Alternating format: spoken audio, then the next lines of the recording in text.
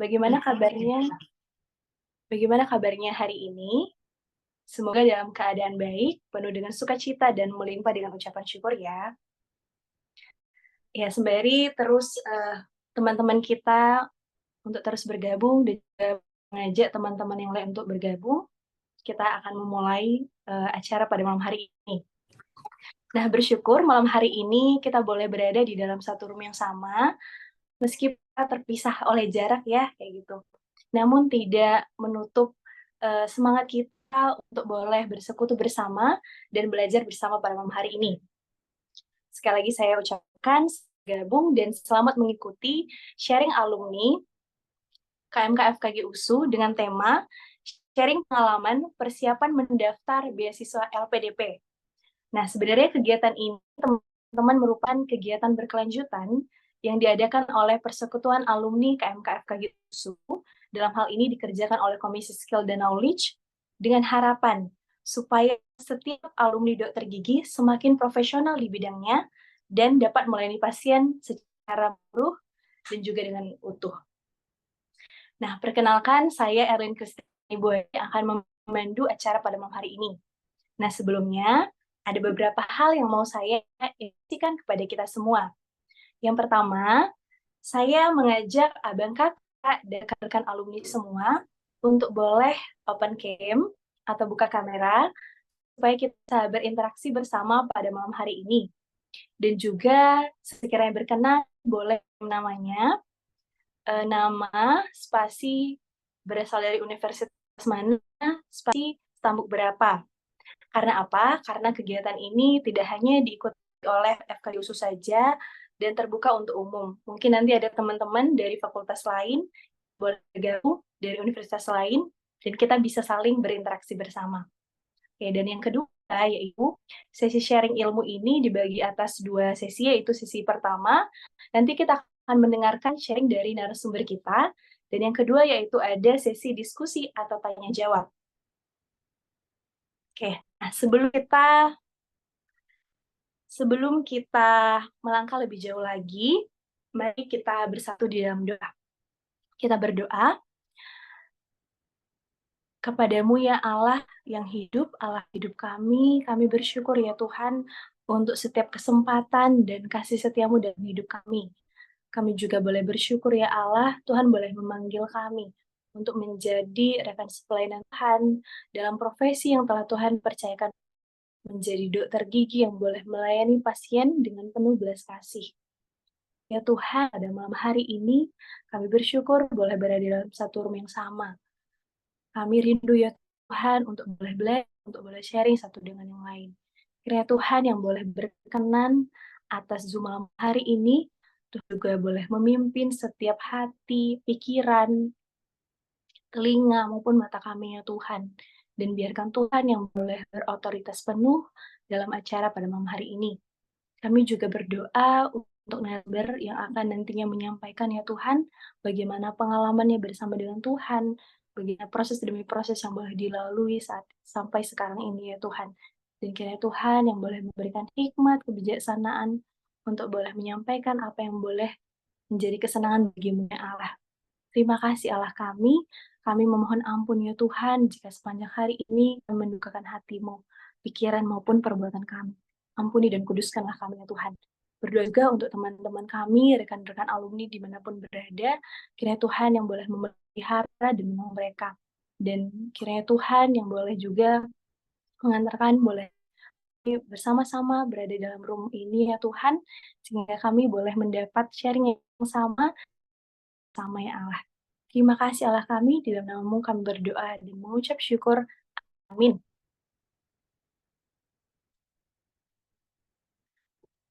Nah, secara spesifik Allah memanggil kita untuk mengambil yaitu beasiswa LPDP atau Lembaga Pengelola Dana Pendidikan. Nah, ini merupakan salah satu yang dibentuk pada tanggal 30 Januari 2012. Sudah 12 tahun lamanya.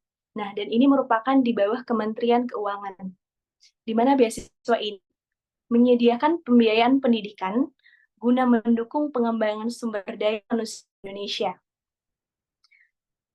Lalu, kira-kira bagaimana proses supaya kita bisa mempersiapkan diri untuk mengikuti seleksi ini. Dan apa saja ya tips dan trik supaya bisa lolos beasiswa LPDP dan mendapatkan universitas yang kita inginkan. Dan yang tidak kalah pentingnya lagi, bagaimana ya sikap hati ketika kita bergumul dan memutuskan melanjutkan studi atau pendidikan lanjut. Nah, malam hari ini sudah hadir bersama dengan kita salah satu alumni yang membanggakan, yakni Dr. Gigi Fabersida Butar, yang akan berbagi pengalaman terkait beasiswa LPDP. Ya, salam Bang Bar. Selamat malam. Malam Bang. Apa kabar? Sehat Bang? Sehat, Oke, sudah siap ya Bang ya sharing malam hari ini? Oke deh. Nah, tanpa berlama-lama lagi, kita akan masuk ke sesi yang pertama, yaitu sharing sumber. Nah, namun izinkan saya sebelumnya untuk membacakan CV dari narasumber kita.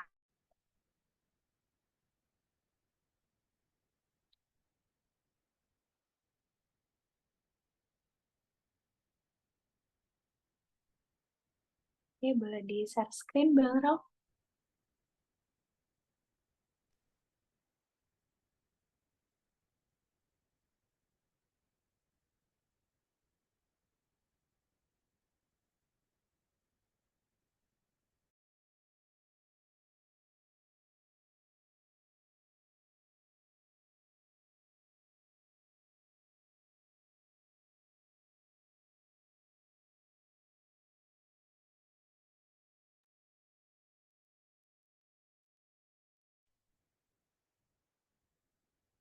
Oke, sepertinya ada sedikit gangguan. Untuk share screen-nya, saya bacakan ya untuk si dari narasumber kita.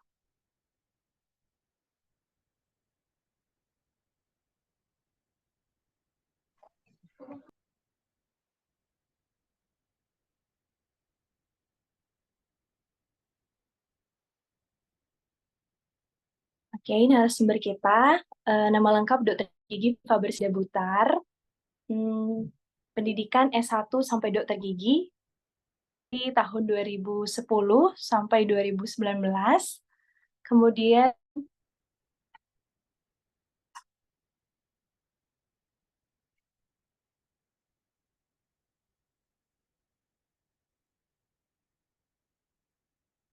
lahir pada Samosir 14 Februari tahun 92, status sudah menikah, istri Dr. Gigi Gratia, dan anak Dom.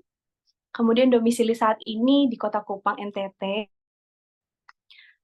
FKG USU 2010, PPDGS Unpad 2023, riwayat organisasi pengurus pelayanan mahasiswa FKG USU, KMK FKG USU dari tahun 2013 sampai tahun 2015, pernah menjadi tim regenerasi juga, kemudian pengurus di pelayanan persekutuan alumni KMK FKG USU dari tahun 2023 sampai 2025. Dan juga saat ini sebagai PNS di salah satu rumah sakit Kupang dari tahun 2020 sampai dengan sekarang. Oke. Kepada Bang Faber, waktu dan layar disilahkan Bang.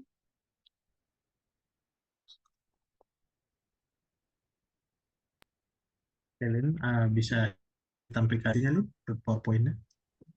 Ya, sebentar ini.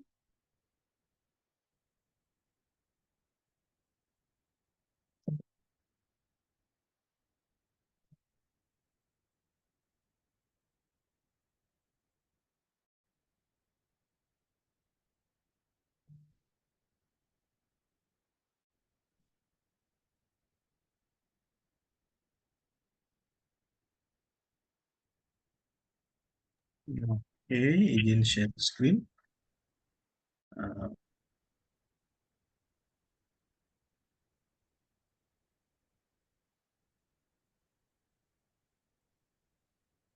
Sudah kelihatan, Bang, Kakak, Bang. dan teman-teman sekalian? Oke, Bang, sudah kelihatan, Bang. Oke. Selamat malam, Shalom, abang, kakak, dan teman-teman sekalian. Izinkan saya mau sharing sedikit tentang pengalaman dan bagaimana akhirnya bisa mendapatkan awardee sebagai dapatkan beasiswa sebagai awardee LPDP. Oke, nah ini merupakan rangkuman perjalanan. Nah, dulu perjalanannya satu, kemudian eh, menggumuli panggilan sebagai PNS di Kupang, akhirnya menjadi seorang PNS dan menetapkan di hati untuk mengambil sebagai spesialis konservasi. Dan kebetulan pada saat itu LPDP untuk dokter gigi spesialis dibuka dan akhirnya bisa menjadi award di LPDP. Oke, ini gambaran singkatnya tahun 2010 sampai 2015 menjadi saat itu sampai sarjana koas 2015 sampai 2018 Desember, uji kompetensi Februari 2019 dan akhirnya lulus wisuda di bulan Mei 2019. Nah, pada saat selesai tamat 2019 akhirnya saya ikut ke Kupang, ikut praktik di klinik udah adiknya Bapak gitu.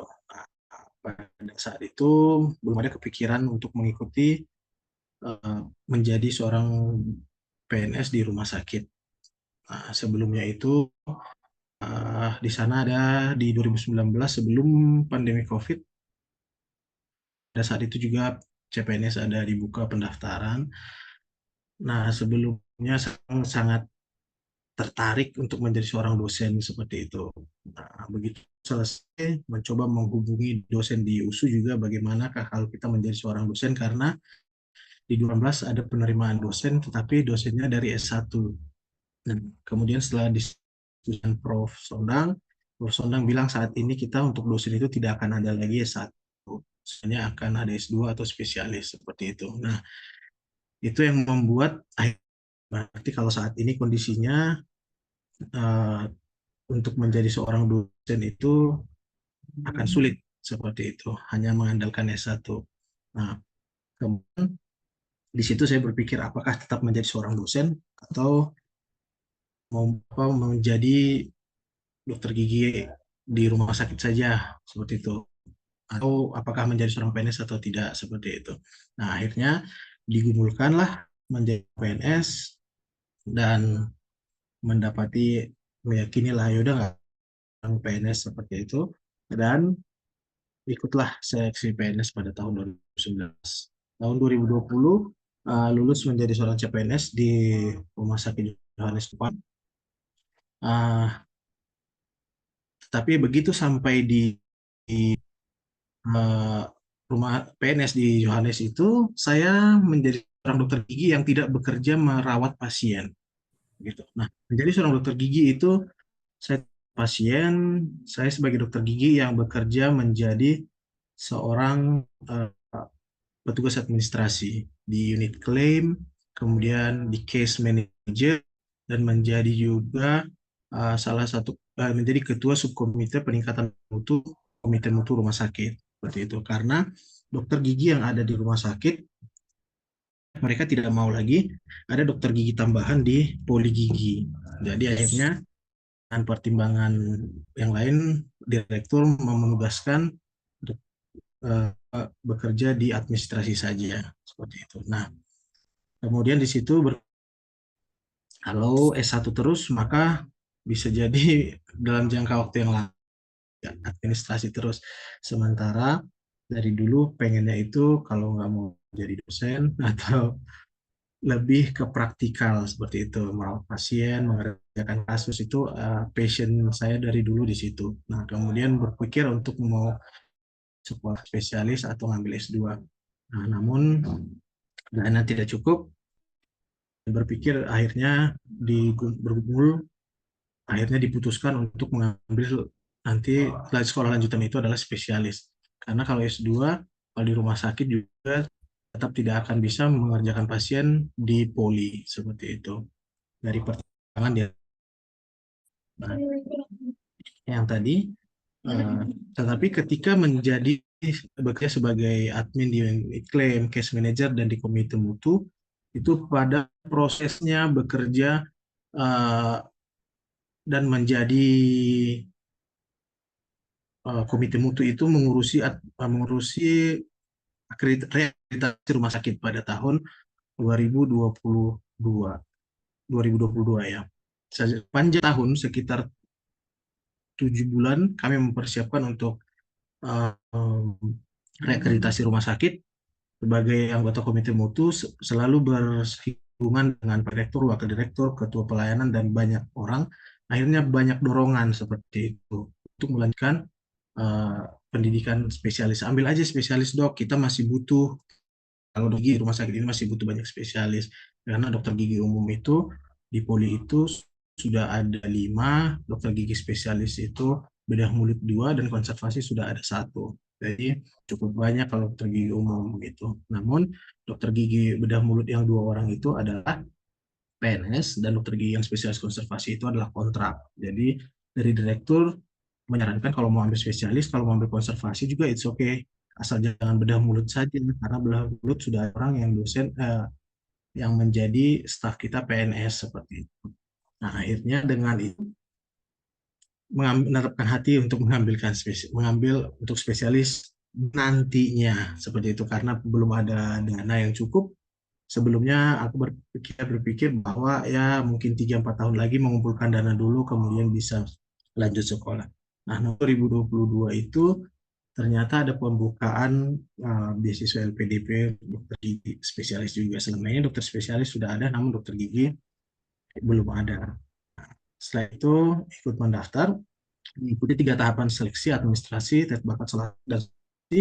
Nanti bisa kita akan diskusikan jauh lebih banyak. Uh, dan akhirnya bisa lulus menjadi seorang anggota di LPDP pada Februari 23. Kemudian lulus di sini juga ya di 2023. Dan setelah lulus itu kita diberikan waktu 18 bulan untuk mencari kampus yang sudah kita daftarkan. Ketika kita mendaftar beasiswa LPDP itu, kita akan disuruh mendaftarkan 3 kampus tujuan yang mana akan uh, kita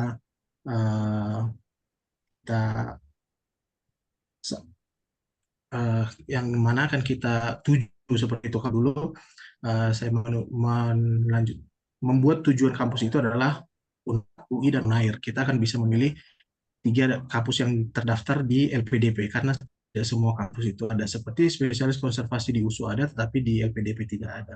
Nah, ini oke. Maaf, ada yang kesana sih. Ya, kampus tujuannya satu lagi tadi lah Unair. Itu. Oke, ini oke, saya pikir seperti itu.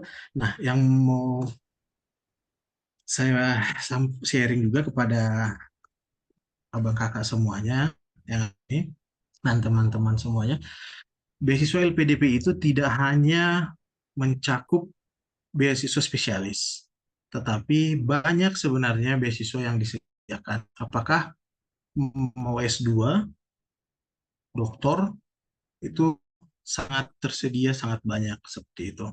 Nah, eh, proses semuanya tesnya sama, mengikuti 3 tahapan seperti mengikuti 3 tahapan, dan eh, kita perlu mencari kampus tujuan kita yang akan kita daftarkan. Mau ngambil S2 di Indonesia, mau ngambil S2 mau doktoral juga di luar juga, semua prosesnya sama seperti itu. Nah, gambarannya adalah yang tadi akan ada 3 tahapan, 3 tahapan kita ikuti seperti itu. Em, Mungkin tidak akan banyak yang saya sampaikan sekarang. Lebih baik kita mungkin akan berdiskusi. Banyak hal yang bisa kita sharingkan. Eh, Mungkin ada kebingungan atau seperti apa dari kakak, teman-teman semua yang akan mau melanjutkan atau punya kerinduan untuk mengikuti seleksi beasiswa ini ke depannya. Mungkin kita bisa sharing seperti itu. Tapi ketika perjalanan ini, saya satu hal yang sangat apa ya, yang sangat menyemangati adalah ketika dalam proses perjalanan juga di rumah sakit menjadi seorang dokter gigi, bukan perjalanan yang mulus awalnya. menjadi seorang gigi, namun tidak bekerja untuk merawat pasien. Namun akhirnya melalui proses itu Tuhan memberikan jalan lain. Apakah bukan, tapi Tuhan memberikan jalan bahwa itulah yang akhirnya mendorong saya untuk akhirnya bisa menjadi seorang award di LPDP. Jadi melalui perjalanan ini, eh, awal-awal di rumah sakit itu penolakan itu sangat jelas bahwa dikeluarkan surat tidak menerima dokter gigi lagi di poli ini, seperti itu, dan itu ditembuskan ke direktur dan itu disampaikan kepada saya sebagai seorang dokter gigi yang baru seperti itu. Nah, namun di awal itu seperti rasanya, wah, saya kan tes ke sini sebagai CPNS, nggak tahu apakah dokter giginya udah banyak atau seperti apa. Karena ada pembukaan eh, PNS di sini, kita masuk. Namun kondisi itu kondisi yang tidak enak itu menurut kita Tuhan pakai untuk tujuan Tuhan yang lain dalam hidup kita kayak gitu. Itu yang aku lihat dari perjalanan yang cukup panjang ini. eh, kita kalau aku melihat bahwa ya rencana kita itu tidak selalu sama dan rencana Tuhan itu jauh lebih baik dari apa yang kita pikirkan seperti itu. Mungkin itu dulu, kita bisa lanjutkan dengan diskusi. Oke, siap Bang. Terima kasih ya Bang Fabers atas sharingnya, sangat benar dan juga sangat luar biasa ya proses perjalanan dari awal hingga sampai pada akhirnya, kayak gitu. Nah, kita masuk nih ke sesi tunggu, kakak abang, teman-teman, rekan-rekan alumni semua yang punya kerinduan untuk bertanya, boleh bertanya secara langsung, ataupun bisa juga melalui kolom chat. Nah, yang ingin bertanya secara langsung, raise hand, kemudian nanti saya silahkan untuk unmute dan boleh bertanya langsung kepada sumber, dan ataupun kalau ada yang bertanya melalui chat juga boleh saja, nanti saya bantu untuk mengannya. Nah, Ada ini udah ada banyak. satu pertanyaan ya Bang ya, Ya. dari Kak Tanti 2021. Oke, saya bacakan ya. Untuk mendapatkan beasiswa LPD ini, ada tes khusus atau syarat khusus. Misalnya, harus bersedia mengabdi di tempat berapa tahun. Atau gimana ya kira-kira Bang, untuk LPDP ini sendiri. Ya, untuk Boleh Bang LPDP dibagikan ini, persyaratannya? oke, untuk Silahkan Bang. LPDP ini syarat yang diberikan itu adalah ketika nanti menjadi seorang awardee, kita harus kembali mengabdi di tempat di mana kita diberikan penugasan. Seperti contohnya kita diusulkan dari rumah sakit mana, begitu Kak. Izin Kak, maksudnya kalau seperti saya sebelumnya dari rumah sakit Dr. Johannes dari Kupang. Nah, kita akan harus mengabdi, itu akan ada di dalam salah satu syarat akan kita tanda tangani, harus kembali mengabdi dengan syarat itu 2N, N itu adalah lama pendidikan ditambah satu. Jadi kalau kita mempunyai pendidikan itu 3 tahun, kita harus mengabdi di sana minimal 7 tahun. Seperti itu. Itu adalah syarat yang mereka akan tuntut dari kita sebagai seorang awardee. Kemudian untuk ada tes khususnya, 3 tes Kak yang akan sebenarnya kita dapatkan. Pertama itu adalah tes administrasi, kemudian kedua ada tes bakat skolastik, tes bakat administrasi, dan ketiga tes bakat, substansi, tes substansi. Tes administrasi seperti biasa, administratif. Nah, ada kesalahan sedikit di tes administratif ini yang akan menggugurkan kita dan hal-hal sepele itu tidak ditolerir. Contohnya kita lupa mencantumkan tanda tangan. Bahkan itu meskipun tanda tangan kita sendiri seperti itu. Akan ada masa sanggah ya. Tapi di masa sanggah itu kalau hal-hal seperti itu tidak akan bisa diperbaiki seperti itu. Nah, atau lupa stempel dari rumah sakit seperti itu juga ada mendapati yaitu tidak diterima berkasnya. Jadi tanda tangan di direktur tapi tidak ada stempel dari rumah sakitnya karena syaratnya harus ada, kalau surat keluar itu harus ada stempelnya seperti itu. Dari yang kedua itu adalah tes bakat skolastik. Tes bakat ini seperti akan ada tes aritmatika, tes bahasa, sebenarnya hal tes-tes seperti itu yang akan dilakukan di tes yang kedua ini. Hanya saja tes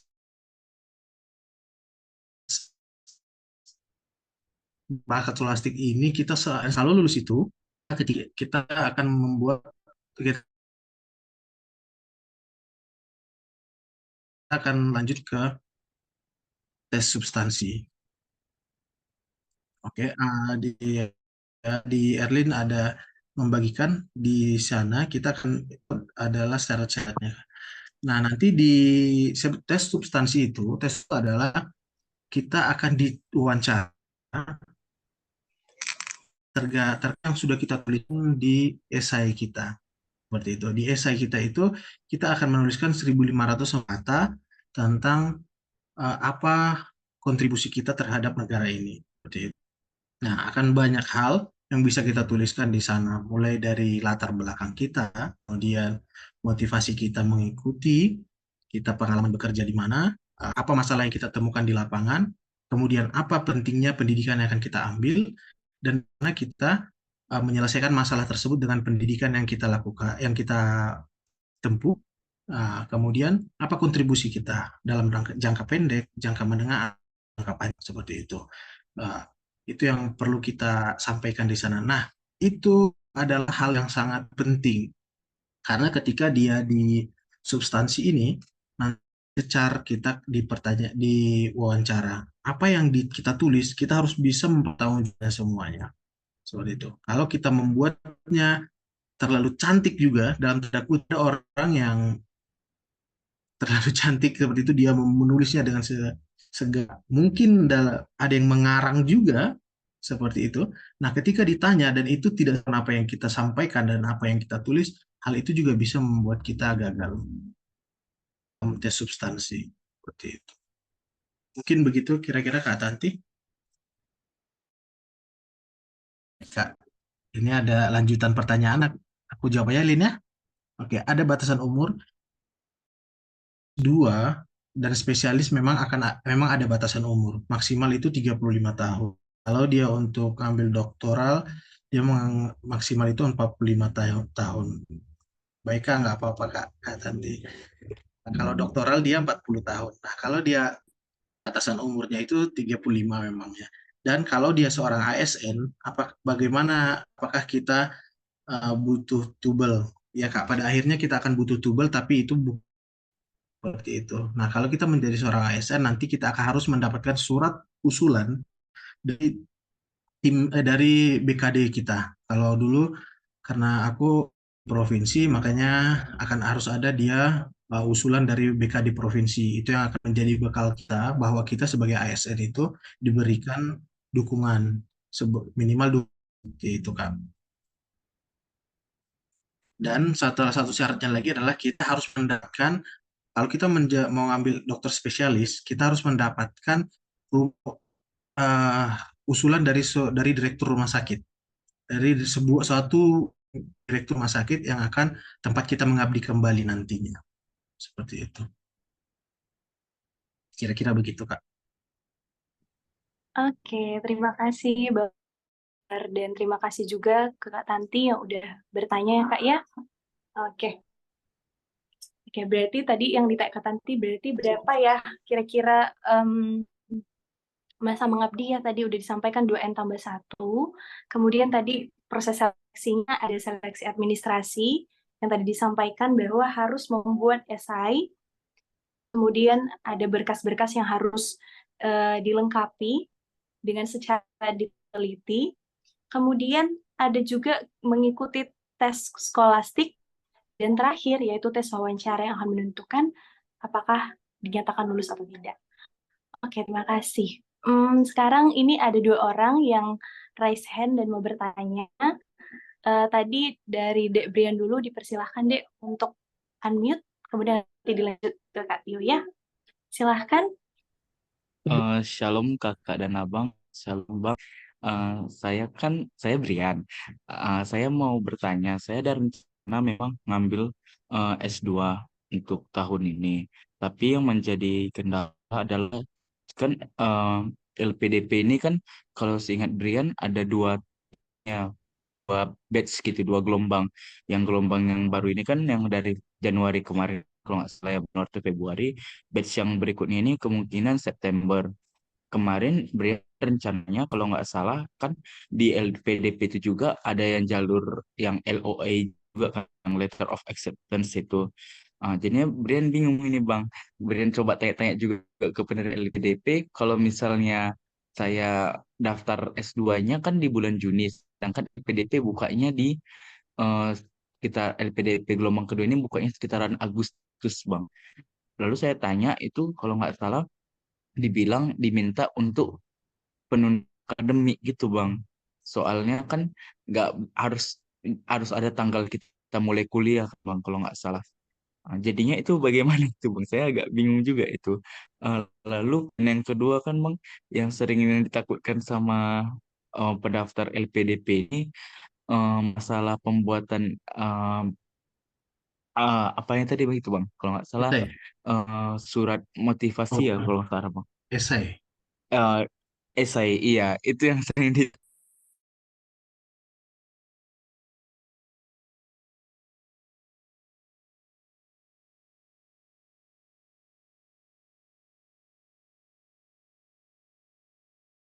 Bang. Itu Ya, saja sih Bang dari saya. oke.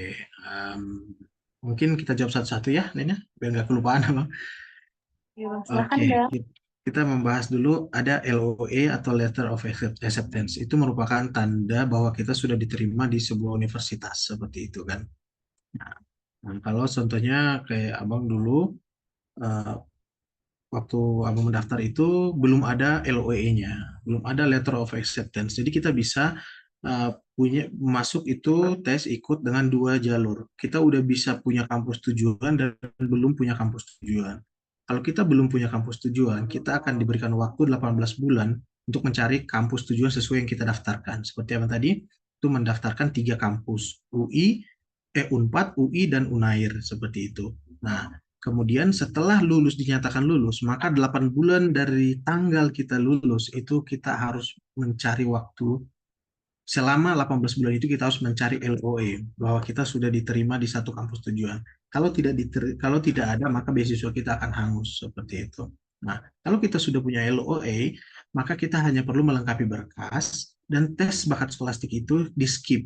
Kita tinggal masuk ke tes ketiga, yaitu tes substansi. Nah, tes substansinya ini, yaitu tes substansi tinggal ikut wawancara dan esai tadi. Itu poinnya di sana, esai dan kita akan ikut wawancara. Nah, kalau kita sudah punya LOE dan ternyata perkuliahannya di bulan Juni, dan contohnya kita perkuliahannya di bulan Juni ya, dan sementara beasiswa LPDP itu akan masuk di bulan September, nanti selesainya mungkin di September atau Oktober seperti itu. Kita akan mundur satu semester. Nah, pihak LPDP tidak mau membiayai kalau kita sudah mulai kuliah. Nah, biasanya itu akan kita perlu defer dulu. Kita minta surat penundaan kuliah kepada kampus kita kalau mau mereka kita ikut tes LPDP seperti itu. Nah, karena kalau kita sudah nanti diterima di kampus itu dan kita membawa surat defer itu, surat penundaan kuliah, kita daftar ke LPDP, mereka tidak akan membiayai karena kita sudah masuk kuliah. Nah, pada saat kami dulu penerima persiapan keberangkatan, itu kenapa kita ada juga yang bertanya kenapa setelah enggak beasiswa LPDP ini tidak diberikan kepada orang yang sedang melanjutkan kuliah seperti itu. Maksudnya kita sudah udah kuliah, tapi kenapa enggak dia diberikan beasiswa yang khusus S2 spesialis atau doktoral atau subspesialis seperti itu. Nah, jawabannya dari mereka adalah sekarang ini beasiswa ini diperuntukkan bagi putra-putri bangsa yang kurang dana. Artinya kalau kita sudah sudah kuliah, kita sudah memikirkan biayanya, kita sudah memikirkan jangka panjangnya, dan kita sudah memikirkan persiapan kita selama 3 atau 2 tahun kita mengambil kuliah tersebut. Artinya kita nggak kekurangan dana. Seperti itu. Nah, LPDP ingin memfokuskan bahwa ini kita fokuskan bahwa beasiswa ini akan akan didapatkan oleh orang-orang yang memang sangat membutuhkan dalam hal itu seperti itu. Nah, kalaupun mau kita eh, akhirnya seperti yang tadi kita udah dapat LOE nih perkuliahan di bulan Juli contohnya tahun ini. Nah, kita minta ke kampusnya bisa nggak aku mulai kuliah di bulan Januari karena contohnya di bulan yang Januari ini Januari pendaftaran LPDP kemarin, batch 1 di tahun 2024, itu awal perkuliahannya itu adalah di bulan Juni kalau nggak salah, Juni atau Juli, seperti itu. Nah, sama dengan yang kayak ini, di bulan Februari, di batch kedua, itu nanti akan selesai di November, maka perkuliahan paling awal itu yang paling bisa itu adalah di Januari atau Februari tahun depan. Seperti itu. Kira-kira itu Eh, ada pertanyaan yang izin terskip Bang, nggak ya tadi Lin, ya? Iya. berarti dari yang Abang bilang itu Brian nanti minta penundaan dulu ya Bang, kalau misalnya sudah lolos dari universitas minta penundaan masuk dulu Bang. Ya, kalau tapi ini perlu di apa juga ya, perlu di notes juga bahwa tidak semua kampus mau memberikan penundaan juga. Seperti Oke Bang, itu. oke Bang. Oke, baik Brian. Oke, terima kasih Bang Faber, terima kasih Dek Brian. Kita lanjut ya ke Kak Tio yang ingin bertanya, udah raise hand dari tadi. Yuk Kak, silahkan. Ya, terima kasih Erlin. Hmm, ada beberapa pertanyaan sih Bang, tapi tadi yang pertama dan kedua sudah ditanya oleh Brian. Terima kasih Brian.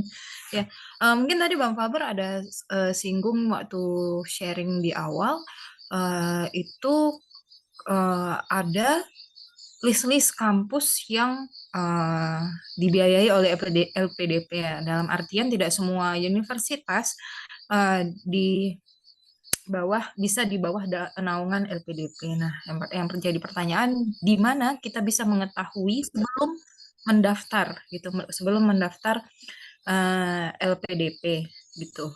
Mengetahui kampus-kampus mana sih yang di yang bisa menjadi di bawah naungan LPDP. Itu yang pertama.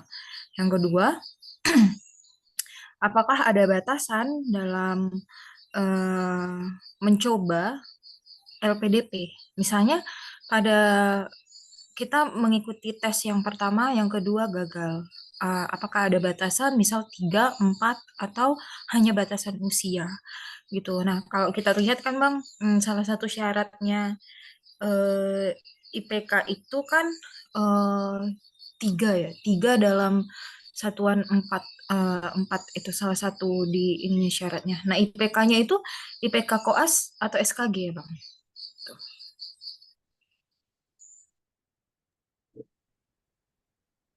Oke Kak Tio, terima kasih Kak Tio. Ada 2 Oke. pertanyaan ya. Silahkan Bang.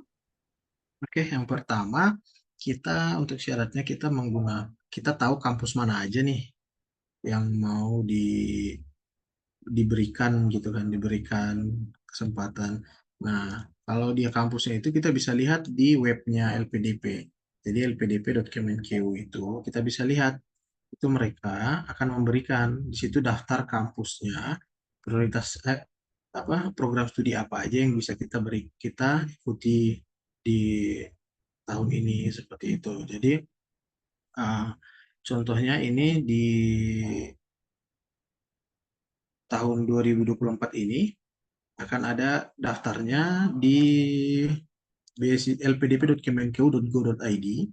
Nanti itu kita bisa lihat di scholarship, target scholarshipnya itu kita lihat spesialis dan subspesialis doktor scholarship. Nah, di situ kita bisa lihat download dokumennya.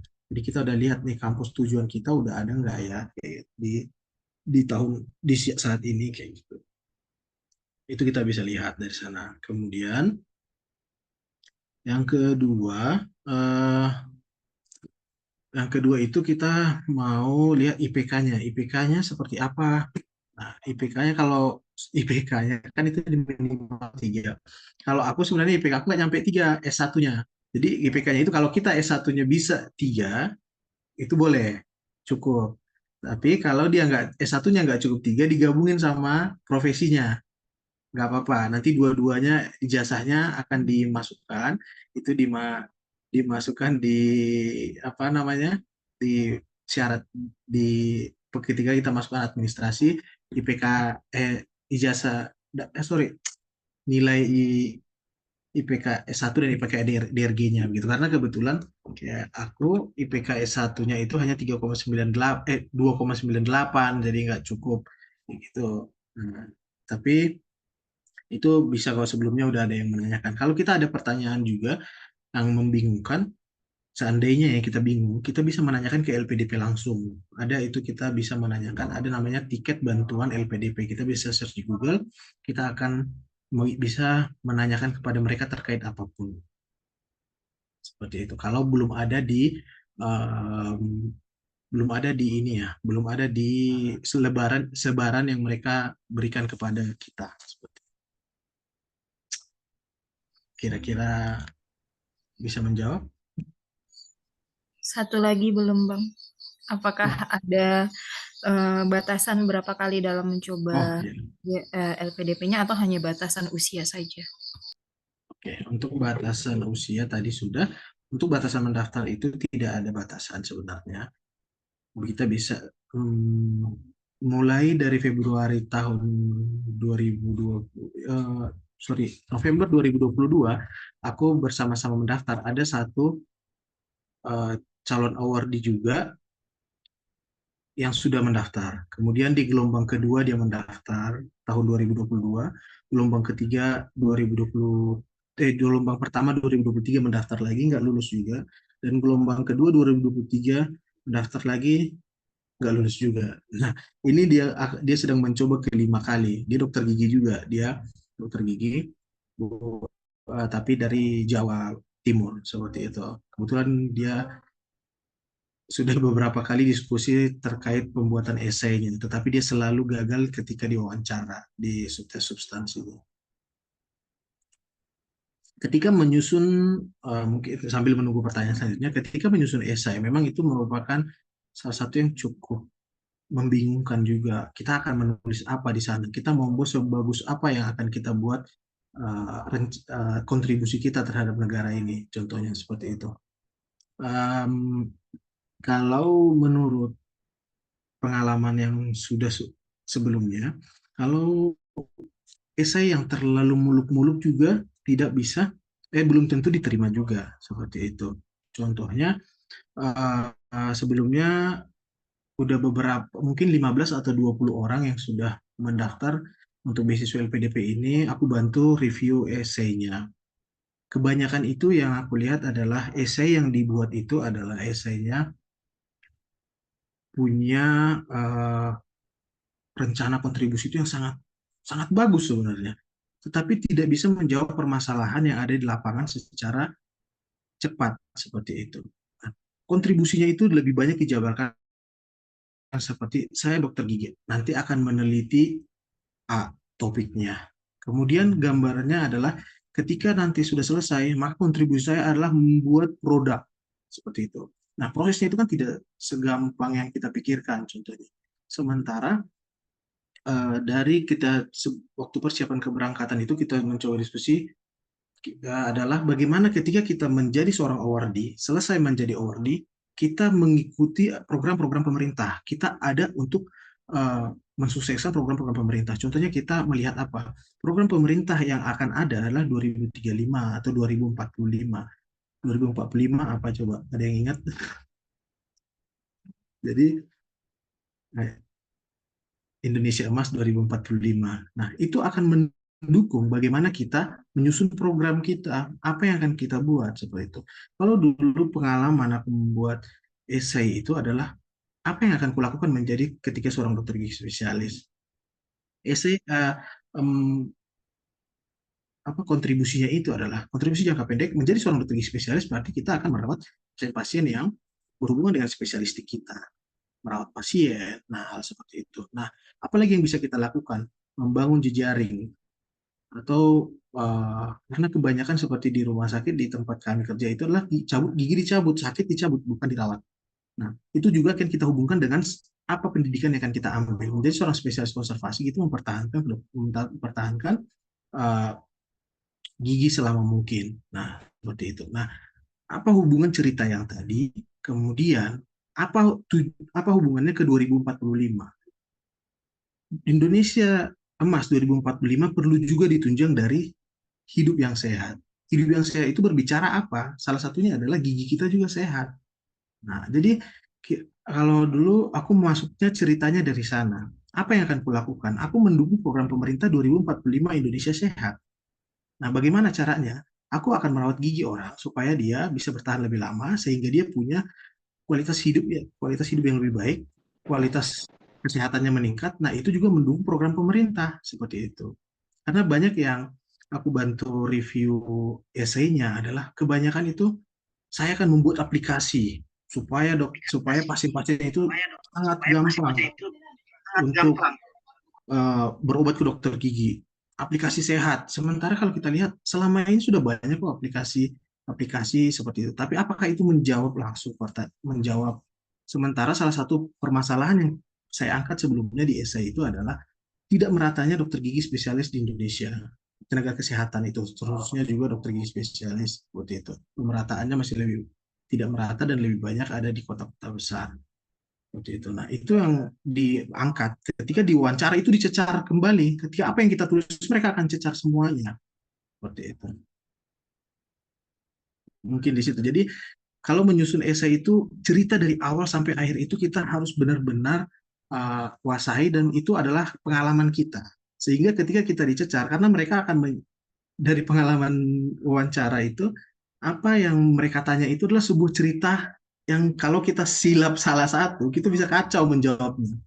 Begitu. Jadi contohnya kita esai yang kita tulis itu secara administrasi akan dinilai secara administratif aja, tidak nilai isinya. Contohnya apa? Jumlah kata minimal 1.500 sampai 2.000 kata. Udah itu aja. Kita kalau itu udah benar, semua lain administrasi kita lulus. Tetapi ketika kita wawancara, itu akan menjadi pegangan si pewawancara untuk kita ditanyai, untuk dikonfirmasi ulang bagaimana motivasi kita, bagaimana rencana kita ke depannya. Dan tidak jauh dari sana kok. Seperti itu. Oke, Bang. Menarik sekali ya. Udah dibagikan kurang lebih lah kayak gitu gambaran dari esai yang perlu untuk kita tulis untuk seleksi administrasi. Oke. Dari Abang, Kakak, dan teman-teman, adakah yang rindu untuk bertanya atau ada hal yang masih dibingungkan atau ada yang berencana nih kayak gitu? Mau coba LPDP tahun ini? Oke, Bang Yan Depari, ada raise hand. Oke, Bang, silahkan. Boleh di-unmute. Shalom. Terima kasih kesempatannya, moderator. Halo, Bang. Ya. Bang, izin Bang mau nanya ini. Mungkin tadi entah kelewatan atau aku kurang dengar tadi ya. Tadi Bang bilang kan setelah lulus LPDP-nya dikasih waktu 18 bulan untuk menentukan universitas kita yang tuju. Nanti setelah itu akan ada tes lagi kah? Waktu kita udah milih nih universitasnya akan ngetes kita lagi atau gimana Bang? Terima kasih Bang. Oke. Baik, ketika kita mendaftarkan 3 universitas tujuan kita, apakah kita perlu tes lagi? Perlu. Seperti UI, terus UI, dan itu aku pertama tes keempatnya, apakah kita sudah pasti lolos? Tidak juga. Ketika kami tes konservasi di Unpad, ada itu 3 orang spesialis yang award di LPDP itu tidak lulus juga menjadi spesialis konservasi di Unpad. Tapi kami yang lulus di Unpad itu konservasi itu ada 5 orang di angkatan 2023. Seperti itu. Jadi sebelumnya ada 8 orang yang tes dan 5 orang yang lulus. Jadi di situ makanya kita punya waktu 18 bulan untuk mencari kampus tujuan kita. Kalau nggak lulus satu masih bisa dites di tempat lain. Seperti itu. Izin Bang, boleh lanjut pertanyaannya Bang? Oh ya, sorry, tadi apa lanjutannya tadi? Enggak Bang, ini lanjutan pertanyaannya. Silakan, ya. Ya, tesnya lanjut. itu tesnya bentuknya apa Bang? Apa tes yang berhubungan sama kedokteran gigi aja atau ada tes kemampuan dasar lagi atau gimana Bang? Oke, baik. Tes yang kita ikuti seperti kita tes pada umumnya, seperti kalau di UI itu, kalau di Unpad itu namanya SMUP, seleksi masuk Universitas Pajajaran. Nah, itu ada beberapa tes, ada juga TOEFL-nya lagi, kemudian ada tes psikologinya lagi, kemudian tes bakat skolastiknya lagi. Nah, itu juga akan kita ikutin. Dan tes kedokteran giginya ada 2, praktikumnya ada, kemudian ada teorinya, dan setiap kampus berbeda-beda cara tes, tahapan tesnya seperti itu. Jadi itu yang akan kita ikuti seperti itu. Nah, oke, kira-kira seperti itu ya. Dan setiap jurusan juga punya tes yang berbeda setahu, karena contohnya kayak di konservasi di UGM itu tidak ada tes praktikum. Saya ingat tidak ada. Teman-teman yang udah pernah tes ke sana tidak ada tes praktikumnya, yang ada tes tulis saja. Tapi hampir semuanya itu ada psikologinya, kemudian ada tes bahasa Inggrisnya. Seperti itu.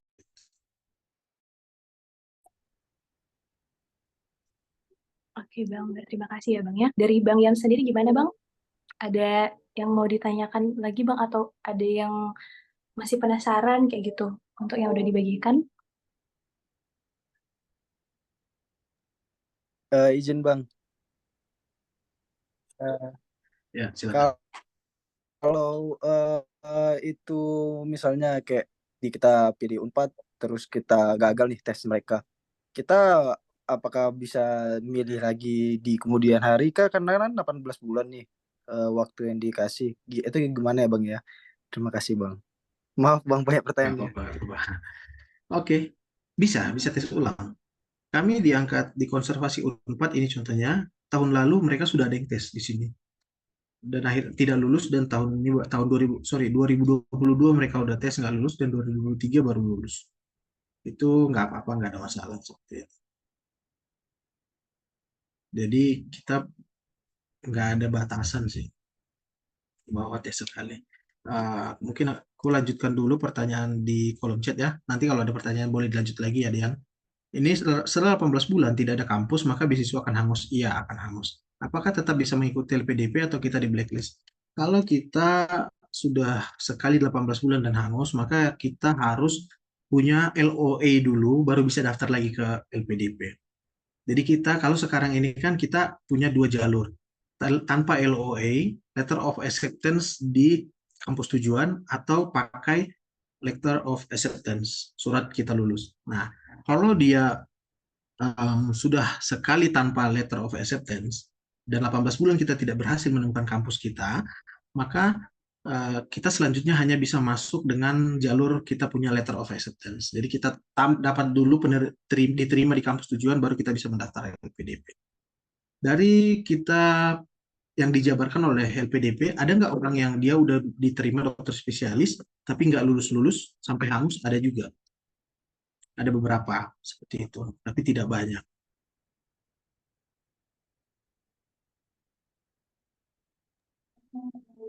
Oke Bang, terima kasih ya Bang ya untuk tanggapannya. Berarti dari yang pertanyaan sebelumnya ya, berarti LPDP ini sebenarnya kayak tiket gitu ya Bang ya.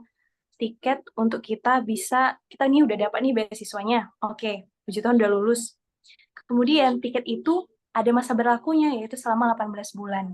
Selama 18 bulan itu kita harus memaksimalkan potensi dan diri kita untuk bisa lulus di universitas yang mau kita tuju. Nah, di universitas yang kita tuju, itu pun ada tesnya lagi, kayak gitu, tergantung dari universitas itu, seperti apa nih tesnya. Jadi kita harus ikut tes sesuai dengan kampus yang di sana. Nah, misalnya lulus di universitas itu, berarti dapat universitasnya, dan kita sudah tercover oleh beasiswa yang sudah kita pegang sebelumnya. Namun kalau misalnya nih, LPDP kita udah lulus, tapi udah 18 bulan, kita mau terus mencoba untuk masuk universitas, tapi kita gagal nih di tes universitas yang kita tuju, dan ini sudah 18 bulan berlangsung sejak kita dapat LPDP, berarti itu akan hangus teman-teman kayak gitu. Berarti bagaimana untuk mencobanya lagi? Ya kita harus lulus dulu di universitas yang kita tuju, ada surat bahwa kita udah lulus, baru bisa coba LPDP lagi. Berarti unik sekali ya Bang ya, proses demi proses yang udah dibagikan oleh mereka kayak gitu dari LPDP sendiri. Oke, dari kakak abang dan teman-teman semua, kalau ada yang mau bertanya atau ada hal yang masih dibingungkan, boleh nih ditanya. Oke, selagi menunggu, oh ini, udah ada nih Bang. Dari De Angga, silahkan De Angga, FPGU 2017. Oke, terima kasih Kak Erlin. Izin bertanya Bang, mengenai misalnya kan Bang kita sudah diterima nih LPDP, kemudian kita juga udah lulus di universitas tujuan kita. Jadi pertanyaanku Bang, itu nanti yang di cover apa aja ya Bang? Apakah cuma biaya pendidikannya aja seperti UKT atau kalau misalnya kayak beasiswa yang pernah aku dengar itu ada yang mengcover sampai uang uang apa namanya biaya hidupnya, kemudian juga kayak misalnya dia ada seminar-seminar juga di cover gitu Bang. Itu gimana ya Bang? Makasih Bang. Oke, enggak. Oke, untuk beasiswa LPDP ini mengcover bisa dikatakan di Indonesia mungkin yang banyak orang tahu LPDP paling banyak mengcover biayanya. Uang kuliah setiap sampai kita semester habis, kalau ke konservasi itu 6 semester, udah mulut itu 8 semester, S2 semester kalau nggak salah. Nah, itu dia di cover uang kuliah semua dan ada biaya bulanan juga. Biaya bulanan kita itu cukup banyak sebenarnya yang di cover. Itu tadi uang kuliah, kemudian biaya bulanan. Biaya bulanan itu berbeda-beda. Di Jakarta beda dengan di Bandung. Berbeda dengan, tapi udah ada kelas-kelasnya. Jakarta satu kelas dengan Surabaya. Kemudian kemudian Bandung itu satu kelas dengan Jogja kalau nggak salah. Tapi biayanya itu kalau aku mau share itu sekitar 4.500.000 per bulan. Kalau di Bandung, kalau di Jakarta itu lebih tinggi lagi. Kemudian itu untuk biaya bulanan. Setiap semester itu kita mendapatkan namanya uang buku. Uang buku ini kita bisa gunakan untuk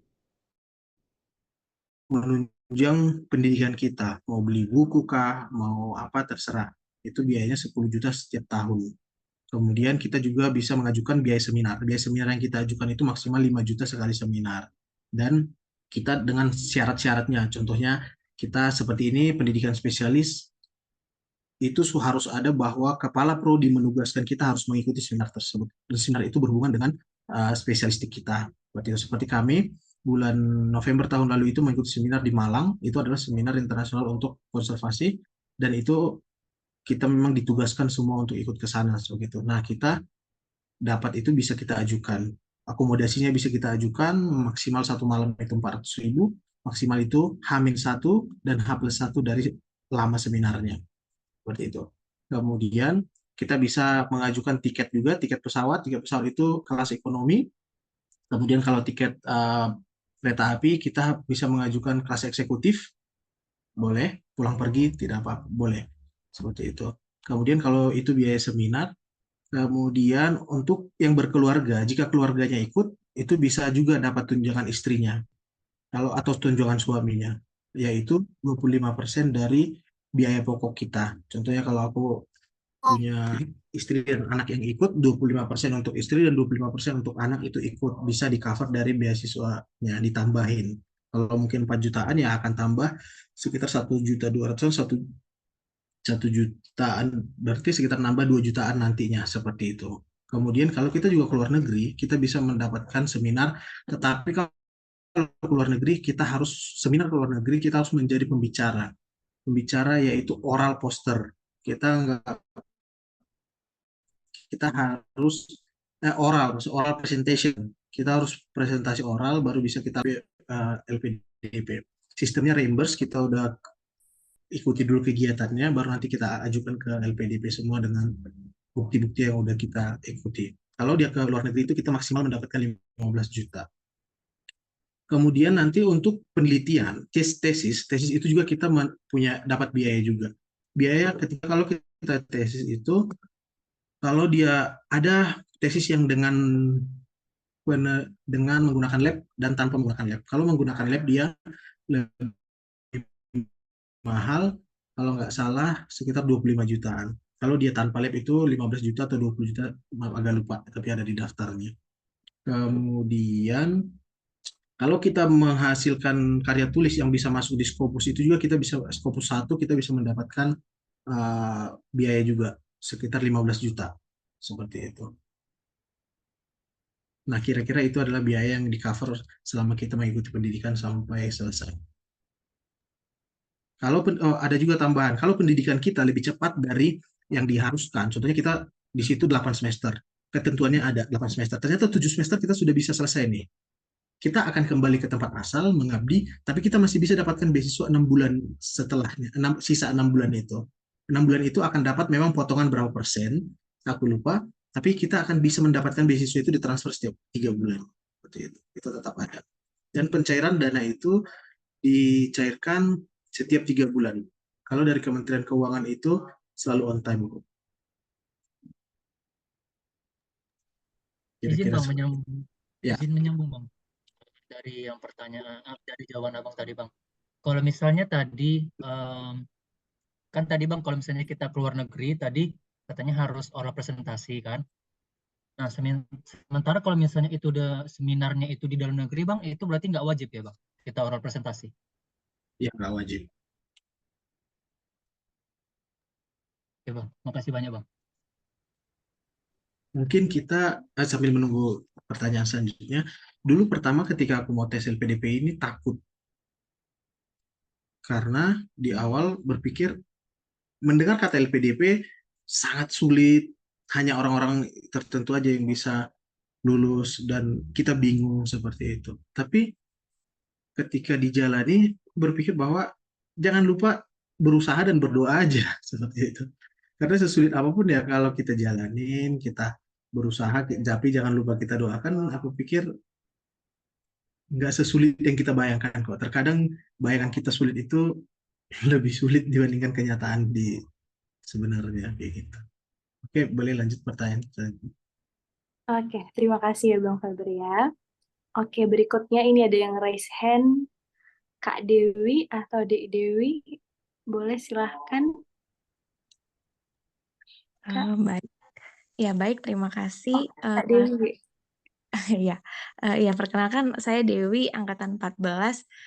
Bang, ini saya mau bertanya. Tadi kan Abang bilang di syaratnya itu ada rekomendasi dari rumah sakit. Nah, misalkan kalau kita sudah dapat rekomendasi untuk mau tes di batch pertama misalkan, tapi kita kalah nih, kita nggak lulus. Nah, untuk misalkan mau lanjut mau coba ke batch selanjutnya, apakah minta rekomendasi lagi atau boleh pakai rekomendasi yang lama? Nah, itu yang pertama. Kemudian ada ketentuan nggak Bang, tipe rumah sakit mana yang bisa memberikan rekomendasi, ataukah harus tipe B, tipe C, atau yang bagaimana? Nah, kemudian juga Bang, saya ingin bertanya, kalau misalkan nih, rumah sakitnya pada saat kita minta rekomendasi, tapi dia tidak menjanjikan kalau setelah kita selesai, kita kembali ke rumah sakit itu bagaimana Bang? Apakah kita dibalikan ke Kemenkes atau gimana Bang? Terima kasih atas kesempatannya. Oke, yang pertama tadi, sorry, apa tadi Lin? Maaf, lupa. Untuk surat rekomendasi Bang, Oke. kira-kira batas surat rekomendasinya kapan? Kayak gitu, ikut tes yang pertama ternyata nggak lulus nih. Oke. Nah, ikut tes kedua gimana Bang?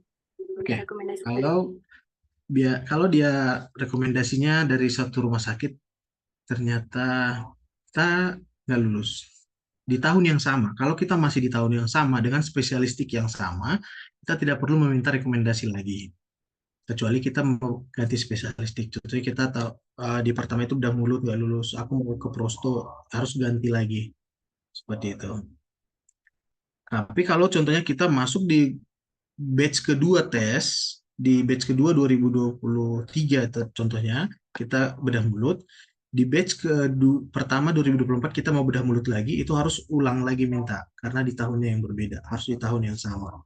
Pada saat kita mendaftar. Kemudian selanjutnya apa tadi, Lin? Mohon maaf. Selanjutnya Bang, tipe rumah sakit yang memberikan rekomendasi kira-kira yang seperti apa nih Bang? Oke, untuk tipe rumah sakitnya yang memberikan rekomendasi tidak ada batasan harus rekomendasi rumah sakit tipe apa. Mau tipe A, B, C juga tidak masalah, atau rumah sakit pendidikan juga nggak masalah. Itu bisa, tidak dibatasin. Tetapi dari ketika kita lulus LPDP, kita daftarkan, kita ada database pada saat itu, tapi database-nya udah nggak ada lagi sekarang. Dari yang aku lihat dari teman-teman itu semua, 99% emang yang lulus itu adalah rumah sakit pemerintah. Seperti itu. Ada rumah sakit swasta, tapi sangat sedikit. Mungkin pada saat gelombangnya aku itu 600-an orang, itu yang lulus itu hanya dari rumah sakit pemerintah, rumah sakit swasta itu 3 kalau nggak salah, 3 rumah sakit seperti itu. Jadi sangat jarang. Itu yang membuat ada stigma bahwa harus dari RSUD baru bisa lulus seperti itu. Memang kalau bisa dibilang harus dari RSUD enggak juga, tapi kemungkinannya sangat besar dibandingkan sama yang lain mungkin karena dari di gelombangnya aku itu hanya sedikit banget yang bukan dari rumah sakit daerah pemerintah seperti itu. Ada lagi pertanyaan yang terlewat nggak, Lin, ya? Ada satu lagi Bang, koreksi ya Kak Dewi kalau misalnya salah. Kalau misalnya nanti setelah kembali rumah sakit tidak menyanggupi untuk menampung ketika kita Oh ya, balik, kira-kira seperti apa Bang? kalau dia rumah sakitnya tidak menyanggupi balik, maka dia akan dikembalikan ke Kemenkes nantinya. Tetapi ketika sudah LPDP, ketika kita minta ke LPDP, itu akan ada surat kita kembali mengabdi ke tempat tersebut. Seperti itu. Nah, kalau dari sebelumnya itu, dari penugasan LPDP itu ke rumah sakit tersebut, hampir dikatakan tidak ada yang ditolak. Tapi contohnya seperti ini dari penjelasan LPDP, kita ternyata lulus LPDP dan kita ingin kembali ke rumah sakit tempat kita mengabdi. Seperti sebelumnya, yang kita sudah memberikan surat usulan kita. Nah, tetapi LPDP menugaskan kita dari Kementerian Kesehatan menugaskan kita ke rumah sakit lain, itu kita wajib ikut. Meskipun kita PNS. Jadi, kalau dari penjelasannya kepada kami bahwa meskipun kita PNS, mau PNS daerah atau PNS di manapun, kalau udah menteri yang menugaskan kita tidak bisa menolak seperti itu. Meskipun itu sepertinya jarang terjadi, tapi ada juga yang terjadi seperti itu. Oh, ini ada tadi pertanyaan. Udah ya, udah pas tadi ya. Udah dijawab semua ya, Lin, ya? Nah, ini pertanyaannya, kalau kita lulus lebih dari 8 semester, apa masih dapat beasiswa atau kena penalti? Kita diwajibkan lulus sesuai dengan waktu yang ditentukan. Contohnya kalau konservasi itu maksimal 6 semester. Kemudian bedah mulut itu kalau spesialistik maksimal 8 semester. Kalau S2 ada berapa semester kayak gitu. Nah, kalau kita nggak lulus sesuai waktunya, maka kita tidak diberikan beasiswa lagi. Tetapi kita harus membuat laporan kenapa kita tidak lulus tepat waktu. Seperti itu. Dalam proses beasiswanya ini, kita bisa juga mengajukan cuti. Contohnya ada kejadian-kejadian yang tidak diinginkan. Seperti itu contohnya, dia tidak ada kecelakaan yang mengharuskan dia tidak bisa mengikuti perkuliahan selama 1 semester. Itu bisa diajukan ke kementerian, ke LPDP, nanti akan diberikan penundaan 1 semester sehingga kita diperpanjang 1 semester seperti itu. Kalau dikatakan penalti, dari penjelasan kepada kami itu tidak ada penalti. Nggak ada penalti, tapi kita harus memberikan laporan kenapa kita nggak lulus selama waktu yang ditentukan. Karena di awal itu kita juga, waktu aku wawancara itu ditanya, apa kamu yakin harus lulus sesuai tepat waktu? Kita menjawab yakin. Jadi kita harus berusaha juga untuk memenuhi tanggung jawab kita sebagai seorang mahasiswa, dari waktu yang ditentukan itu kita harus bisa sesuai seperti itu.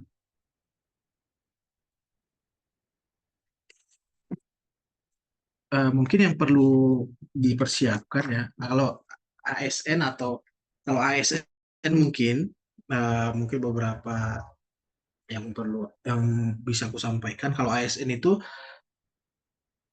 sebaiknya ada dulu pembicaraan ke BKD, Badan Kepegawaian Daerah, apakah kita akan mendapatkan rekomendasi atau enggak. Karena teman-teman ketika saya dari rumah sakit, itu dari tempat yang sama, itu ada yang kesulitan tidak mendapatkan rekomendasi dari BKD, Badan Kepegawaian Daerah. Alasannya, spesialis yang ini sudah cukup banyak di provinsi ini. Padahal di rumah sakit tempat kami bekerja, spesialis itu sangat dibutuhkan. Seperti itu. Dan direktur memberikan rekomendasi. Tapi BKD tidak mau. Seperti itu. Akhirnya, mereka ada yang tidak bisa mendaftar. Seperti itu. Jadi, kita udah semuanya membuat syarat, tapi itu bisa menghambat kita kalau sebagai ASN juga. Kemudian pembicaraan kepada direktur yang akan memberikan usulan juga sangat penting karena itu juga syarat mutlak kalau kita rumah sakit itu harus ada seperti itu. Kalau kita bukan ASN, maka kita ada perlu pejabat eselon 2 lah, orang BKD contohnya. Apakah gubernur bisa memberikan kita usulan? Boleh, minimal eselon 2 yang membidangi kepegawaian. Seperti itu. Contohnya kita bukan ASN, bisa nggak kita hanya dapat dari rumah sakit? Memang kalau bukan ASN itu hanya mendapatkan dari sebuah rumah sakit, dari direktur rumah sakit aja, tanpa harus dari bidang kepegawaian.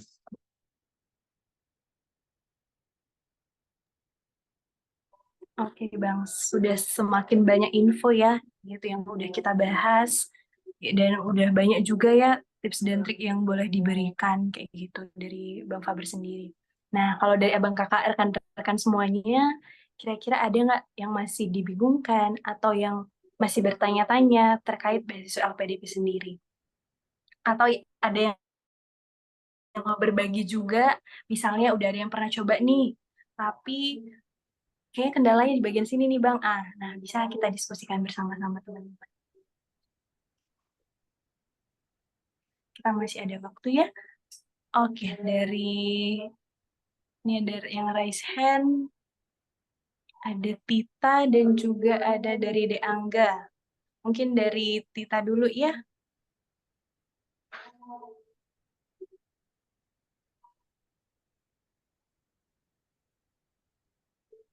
Oke. Yang raise hand ada, bentar ya. Dari De Angga. Angga sama Kak Dewi tadi.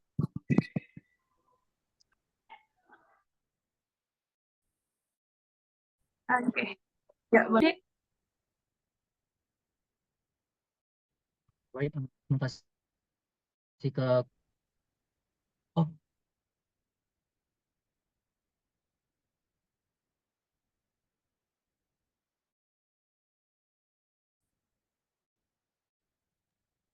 maaf sebelumnya makasih untuk Kak Erlin. Mau tanya Bang, tadi sebenarnya masih kurang paham Bang soal usulan gitu yang yang Abang jelasin tadi Bang, ya, soal usulan yang ada dari gubernur gitu Bang. Itu mungkin minta tolong lah Bang, mungkin dijelasin ulang. Nah, tapi juga aku ada dua pertanyaan Bang. Semisalnya kita ini bukan ASN, juga kita juga nggak kerja di RS. Nah, itu gimana ya Bang surat rekomendasinya untuk kita mendaftar? Kemudian apakah ada minimal kerja ya Bang, minimal pengalaman kerja? Entah biasanya kan yang aku lihat pernah ada yang 1 tahun, ada yang 2 tahun gitu Bang. Terima kasih Bang. Oke, dua pertanyaan terakhir dulu. Kalau kita nggak ASN, diulang nggak? Iya Bang, nggak apa-apa. Oh ya, coba. Kalau yang pertama tadi, kalau misalnya kita Ya. nggak ASN, kayak tidak mengabdi dimanapun, kira-kira bagaimana Bang untuk rekomendasinya? Tadi dianggap masih bingung nih yang dari gubernur itu yang seperti apa Bang, kayak gitu kan. Terus yang kedua, perlu nggak sih Bang kita ada pengalaman kerja gitu untuk mempersiapkan nanti esainya seperti apa, pengabdiannya seperti apa. Oke, kalau kita nggak ASN dan tidak bekerja di rumah sakit, maka kita perlu mencari rumah sakit yang akan memberikan rekomendasi kepada kita, yaitu dengan dibuktikan adanya tanda tangan direktur untuk memberikan rekomendasi rumah sakit kepada kita. Itu yang merupakan salah satu tantangan juga bagi dokter yang tidak bekerja di rumah sakit, seperti itu. Nah, kalau di pengalaman sebelumnya teman-teman ada juga yang mendatangi rumah sakit yang bisa memberikan rekomendasi. Jadi kita perlu pendekatan juga kepada direkturnya, saya siapa, punya tujuan ini, ingin mengabdikan diri di sini, nantinya setelah lulus, kalau diterima menjadi LPDP, maka kita mengusulkan mau nggak memberikan rekomendasi kepada saya dengan pembiayaan dari LPDP contohnya, seperti itu. Itu untuk itu. Kemudian yang kedua tadi, sorry Lin, Terus yang terakhir nggak yang itu tadi yang kedua sih Bang. ya. Mm-mm. Pertanyaan yang belum terjawab tadi? Mohon maaf. Sepertinya udah semua Bang, yang tadi harus dapat rekomendasi dari mana aja, dan kemudian kalau misalnya bukan PNS, rekomendasinya dari mana? Kalau dari Dek Angga sendiri, gimana Dek kira-kira? Ada satu pertanyaan tadi sebelumnya kayaknya. Tapi aku mau coba tadi Angga kalau tolong. Satu lagi Bang, yang tadi kalau misalnya untuk pengalaman Oh kerja ya, Bang, itu apakah perlu ya Bang? kalau dari yang aku pahami itu tidak begitu dibutuhkan. Tetapi memang kita memerlukan itu sebagai poin kita untuk menuangkan apa yang mau menjadi kontribusi kita terhadap bangsa dan negara ini kayak gitu. Nah, apa permasalahan yang kita dapati dan apa kerinduan kita untuk menyelesaikan masalah itu melalui pendidikan yang akan kita ambil. Itu mungkin yang perlunya untuk pengalaman kita. Betul, aku punya pengalaman ini, aku punya ketemu masalah ini, nah aku ingin menyelesaikan masalah ini melalui pendidikan ini yang akan aku ambil dan aku akan berkontribusi terhadap negara ini melalui ini seperti itu. Itu mungkin yang menjadi kebutuhannya. Tapi kalau usulan seperti yang tadi mungkin kejelasan, kita dari rumah sakit kita syaratnya itu adalah kita mendapatkan rekomendasi dari direktur rumah sakit. Itu salah satu syarat administrasinya. Kemudian yang kedua, kalau kita menjadi seorang ASN, kita harus mendapatkan usulan atau rekomendasi dari pejabat eselon 2 yang membidangi kepegawaian seperti itu. Nah, itu minimal. Apakah kalau kepegawaian itu bisa di atasnya eselon 2, eselon 2 itu kepala BKD contohnya, apakah bisa di atasnya, yaitu gubernur? Boleh juga, wakil gubernur boleh juga, nggak apa-apa. Itu boleh seperti itu, tapi minimalnya dari sana. Seperti itu. Dan itu kalau ASN, tapi kalau polisi, tentara, itu ada juga. Dia harus mendapati dari pejabat eselon 2 juga yang membidangi kepegawaian di satuan masing-masing. Seperti itu. Oke Bang, terima kasih ya Bang ya. Berarti baik ASN maupun non ASN ya Bang bisa tetap mendaftar beasiswa ini, tapi memang ada beberapa hal yang memang harus dituju ya Bang ya. Misalnya nih, kalau PNS berarti harus dapat rekomendasi dari rumah sakit dan juga dari eh, pejabat eselon 2 yang membidangi kepegawaian ataupun dari gubernur. Tapi kalau dia non PNS berarti dia cukup dapat rekomendasi dari direktur rumah sakit yang memberikan rekomendasi. Kemudian untuk pengalaman kerja tadi memang gue sebenarnya bisa ya perlu dan tidak perlu ya, plus minusnya kalau misalnya ada pengalaman kerja bisa kita tuangkan di esai kita, dan ketika wawancara pun bisa nanti lebih berbagi apa kontribusinya. Kalaupun tidak ada pengalaman kerja juga tidak apa-apa. Oke deh. Udah banyak nih yang udah kita bahas bersama abang kakak dan teman-teman semua. Kira-kira udah bisa nih ya, setelah dari sharing alumni ini kita bisa buka-buka kembali. Itu ada tadi PDF yang udah dibagikan, boleh dibaca-baca kembali, dan boleh juga didoakan. Kira-kira gimana nih, mau ikut di tahun ini, siap untuk ikut tahun ini, tahun depan, atau seperti apa? Aku mungkin mau membagikan contohnya kalau kita mau mengambil spesialistik ya. Kalau kita memang sudah minat terhadap sesuatu, di satu bidang, itu baik. Tetapi kalau dari daerah, dari luar, bukan di perkotaan yang sudah banyak spesialistiknya, kita boleh melihat sebagai peluang apa spesialistik yang masih dibutuhkan di sana. Maka mereka akan nanya ketika wawancara, contohnya seperti aku, mereka nanya, kamu kenapa mengambil spesialis konservasi? Berapa jumlah spesialis di sana? Berapa angka kesakitan? Yang ditemukan sehari-hari itu di rumah sakit itu eh, banyak nggak yang sesuai dengan yang akan kamu ambil? Kalau contohnya begini, aku mau ngambil spesialis prosto, tapi aku menuangkan di situ bahwa aku membutuhkan obturator, aku membutuhkan feeding plate, dan itu hanya dibutuhkan 1 tahun itu mungkin 5. Itu kurang menjawab seperti itu. Ada nggak angka kesakitan yang lebih tinggi? Contohnya karies sangat tinggi, butuh perawatan saluran akar, atau kasus bedah sangat tinggi, butuh bedah mulut. Nah, itu mungkin akan bisa apa ya, menjawab kebutuhan dari pemerintah juga seperti itu. Karena ada teman juga yang seperti itu, dia di luar daerah, tidak ada dokter spesialis di sana, tapi tidak menjawab apa yang menjadi kebutuhan di sana. Dan akhirnya sudah 3 kali mencoba dan tidak lulus juga.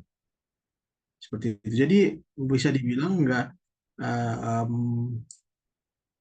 lebih, kalau aku berpikirnya lebih bijak melihat kondisi di lapangan juga, kebutuhan apa yang dibutuhkan seperti itu. Kalau ASN, maka kita butuh juga menanyakan bagaimana kebutuhan tenaga tenaga kesehatan di rumah sakit tempat kita mengabdi. Apakah membutuhkan spesialistik apa? Maka kita bisa masuk mengikuti seleksinya, mungkin usulannya dari sana.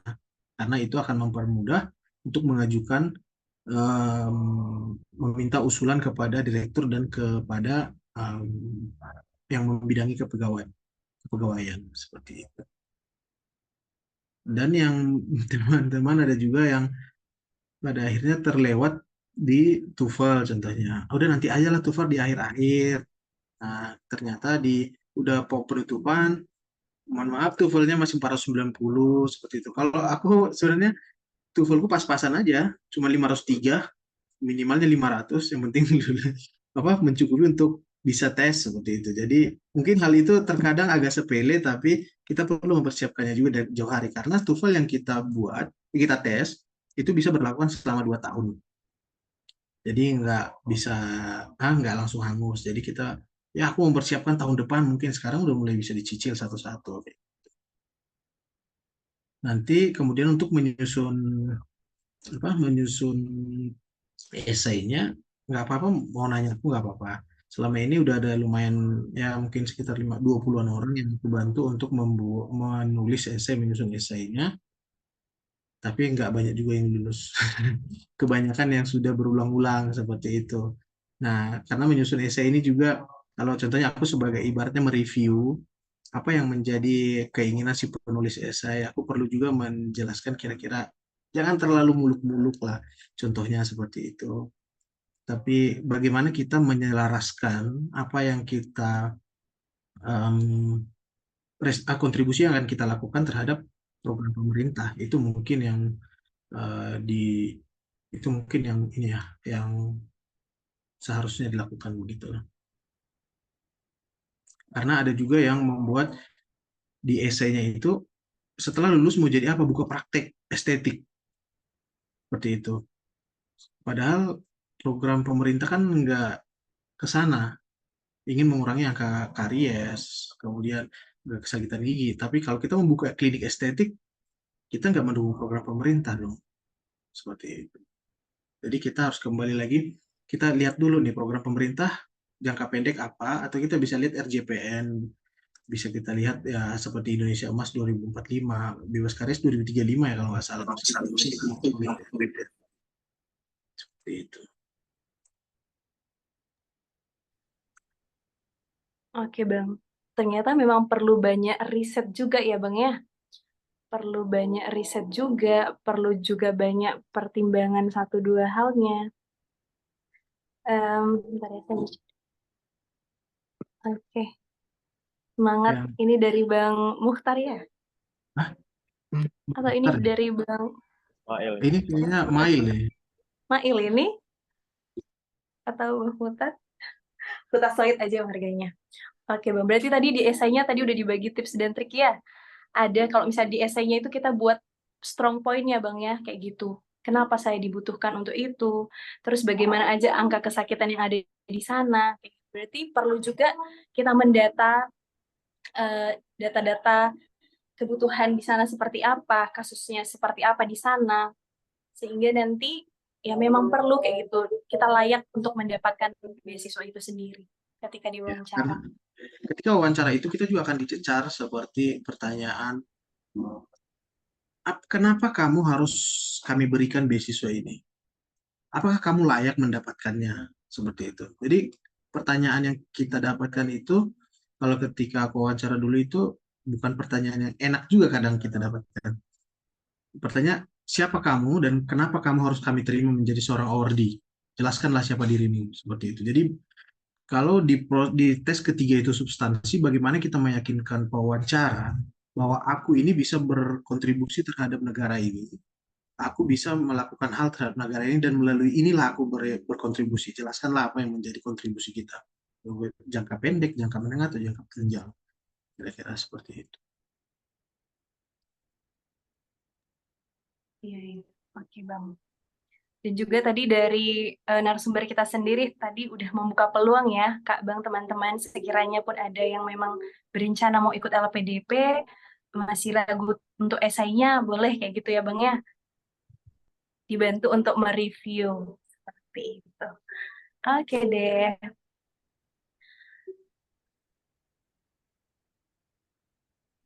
Oke, ini untuk satu pertanyaan lagi ya, Bang, dari Bang Yande Pari. Oke, Bang, silahkan, Bang.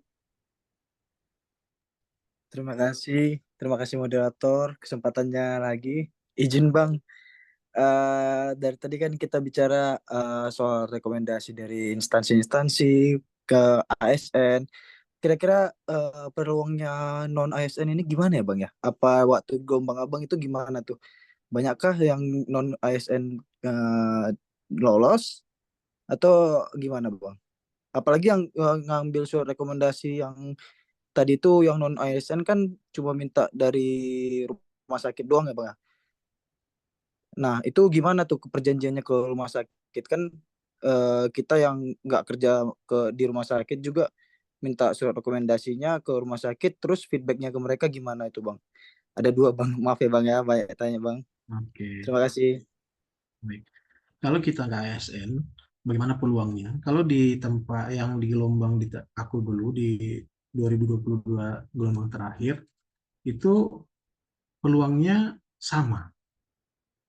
Jadi memang LPDP tidak memprioritaskan bahwa ASN atau tidak seperti itu. Nah, tapi dari peta penyebaran yang diterima itu ya, kebanyakan itu adalah daerah terpencil atau di daerah yang belum banyak dokter gigi spesialisnya atau dokter spesialisnya. Gitu. Contohnya di kami itu 600-an yang diterima, 600-an yang diterima, kami dokter gigi yang diterima 60-an orang. Itu yang diterima dokter gigi di 60-an orang itu hampir semuanya, mungkin 80-an% itu berada di daerah-daerah yang belum banyak dokter spesialisnya. Tapi contohnya apakah di Jawa ada? Ada, masih banyak di Jawa daerah yang tidak yang belum banyak dokter spesialisnya. Seperti itu contohnya. Apakah peluangnya ada? Ada, nggak masalah. Itu menurut saya karena itu peluangnya sama kok, mau ASN mau tidak ASN. Dan bagaimana kita uh, meminta rekomendasi kepada direktur rumah sakitnya. Di sini yang kalau menurut aku itu bagaimana kita kemampuan negosiasi terhadap rumah sakitnya. Kita mau menegosiasikan, aku mau melamar uh, beasiswa LPDP contohnya. Kita harus tahu juga kebutuhan rumah sakit itu apa. Contohnya kita minat itu konservasi. Ternyata di rumah sakit itu udah 2 spesialis konservasi. Itu mengecilkan peluang kita untuk diberikan rekomendasi juga seperti itu. Atau kita lihat ternyata di rumah sakit ini belum ada spesialis konservasi sama sekali, berarti peluangnya masih cukup baik. Kita datangi direkturnya, kita jelaskan maksud kita, kemudian kita mau mengabdi seperti ini, menjadi seorang dokter spesialis kalau sudah lulus. Nah, bagaimana mengabdinya? Minimalnya itu adalah 2 kali biaya, 2 kali waktu pendidikan kita ditambah 1. 3 tahun, kalau contohnya konservasi 3 tahun, berarti minimal 7 tahun aku akan mengabdi di sini. Seperti itu. Jadi kita punya daya tawar itu juga. Aku akan mengabdi di sini, ini yang akan saya lakukan. Nah, dari sana kita mungkin akan bisa menyusun esai kita juga. Jadi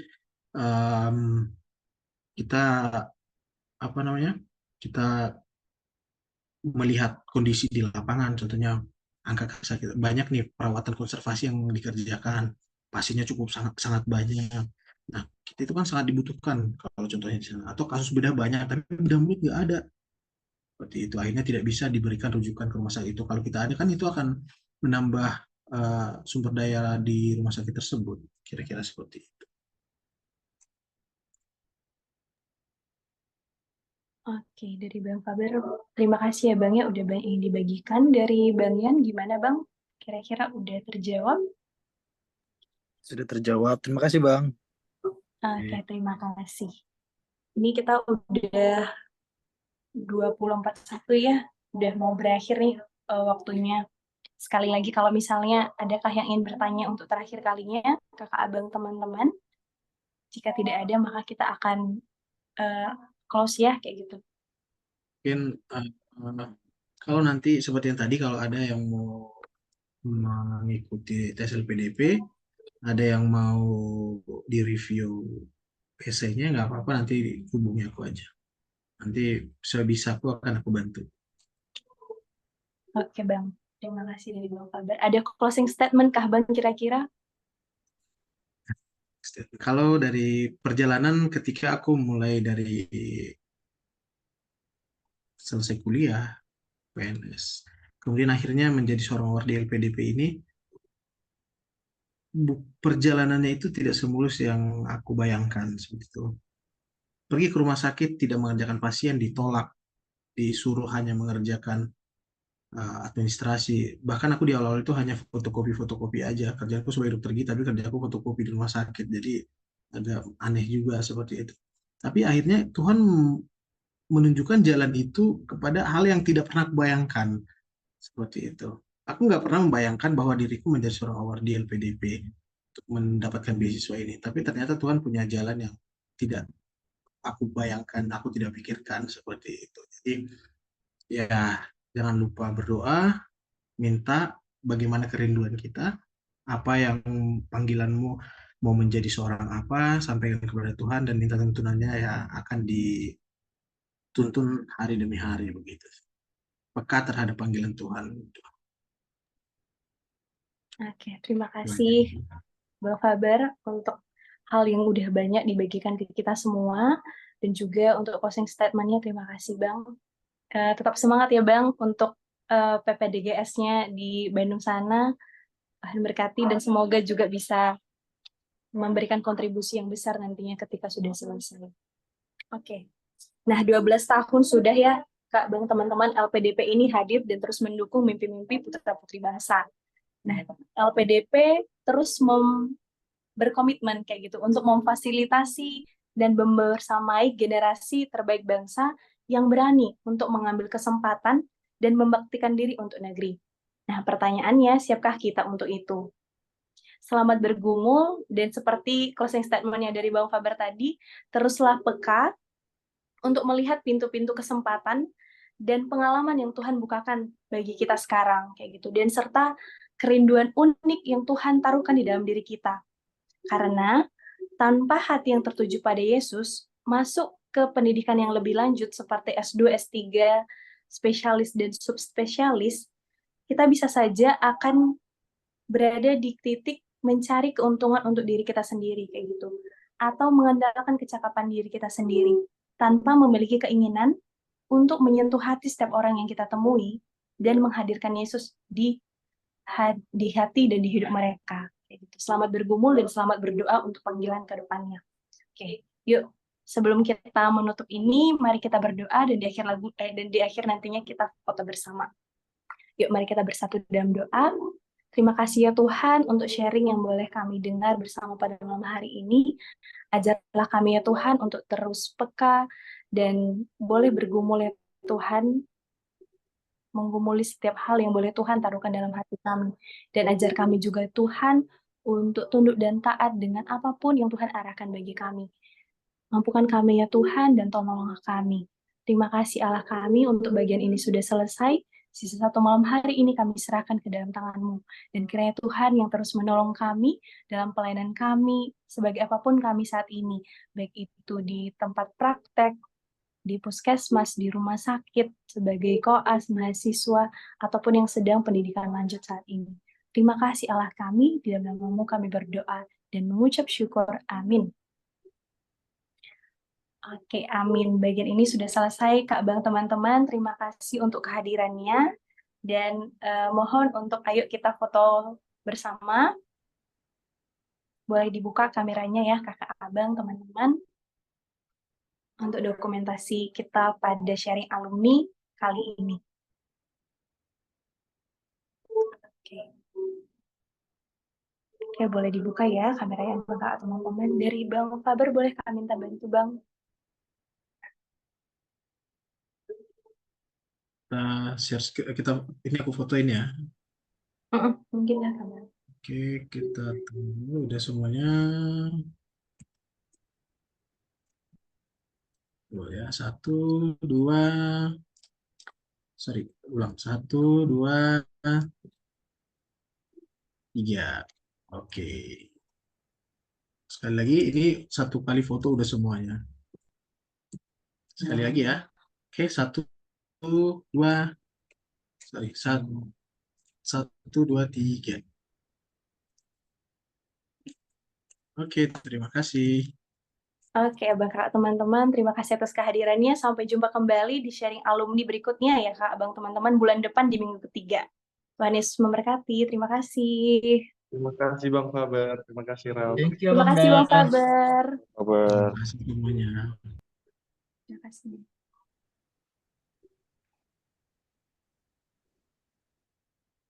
Udah pacaran di Zoom. Bye-bye, guys. Terima kasih.